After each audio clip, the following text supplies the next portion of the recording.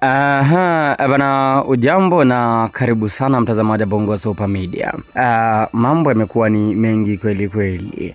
Gwajima ni kama hivi sasa anaona cha mtema kuni kulingana na kauli zake ambazo zimewasikitisha watu wengi, hasa watu ambao wako chama cha CCM. Kauli za Gwajima zimekuwa ni kauli ambazo si rafiki. Sasa basi mtazamaji Bongo Super Media, hivi karibuni kumekuwa na tukio hivi sasa tena lina trendi, Diamond kumuoa Zuchu. Ni tukio ambalo limekurupuka tu, limekuja ghafla binivu na watu wamelipokea kwa ukubwa sana. Sasa hapa kuna kitu kigogo amekiandika ambacho kimsingi kinaweza kikawa na mantiki ama kisiwe na mantiki, lakini sikiliza video hii mwanzo mpaka mwisho ujue ni kitu gani hiko. Cha kufanya ni kubonyeza alama ya kusubscribe ili uwe mtu wa kwanza kupata video mbalimbali kutoka hapa Bongo Super Media.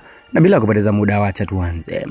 Katika ukurasa wa Instagram kwake Kigogo 2014 kaandika hivi: wametaka mfuatilie ndoa zao, msahau maneno ya ukweli anayazungumza Gwajima na kweli mmejaa, mwisho kunukuu. Kwa maana yake hapa hii trend ambayo inaendelea ni kwamba watu wametaka waweze kufuatilia huu udaku ambao unaendelea wa Diamond na Zuchu ili tu wasahau mambo ambayo yanayozungumza Gwajima. Na kiukweli trending ya Diamond na Zuchu imetrendi kweli kweli katika mitaa mbalimbali mitandaoni, lakini pia katika sehemu mbalimbali watu ni Diamond na Zuchu, Diamond na Zuchu. Masuala mambo ya Gwajima yote watu ni kama wameyasahau hivi. Sasa huyu kigogo ndio alikuwa ameweka hoja yake hiyo ambayo kwa namna moja ama nyingine haujulikani ukweli ni upi, kwa sababu inaweza ikawa hoja yake ni ya ukweli ama pengine hoja yake si ya ukweli. Sasa mimi nataka nione maoni yako.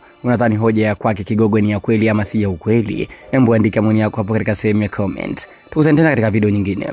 Usisahau kubonyeza alama ya kusubscribe kama bado. Bye bye.